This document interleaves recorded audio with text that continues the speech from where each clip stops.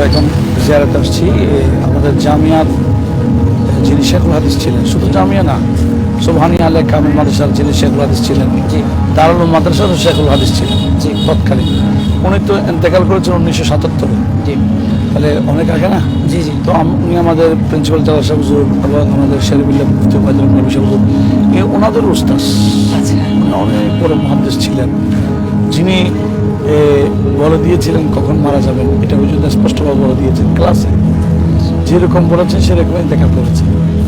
তাহলে এখানে পড়ে আছে খানাকার পাশে, অনেকে চেনে না সাদাসিধেভাবেই। হ্যাঁ হ্যাঁ, উনি যে কত বড় উস্তাদ মুহাদ্দিসিন, আর ওনার ক্লাস যারা করেছেন ওনারা বুঝবেন আসলে উনি কত বড় আলেম ছিলেন। আমরা তো দেখিনি, আমাদের জন্মের আগে বিষয়। হ্যাঁ, উনি তো বড় প্রসিদ্ধ মুহাদ্দিস ছিলেন। এখন তো মুহাদ্দিস হওয়া তো স্বাভাবিক।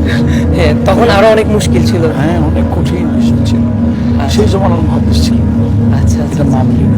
তো আমরা আসছি, আল্লাহ পাক সুবহানাহু ওয়া তাআলা হুজুর রফে দরজাত নসিব করুন। আমিন।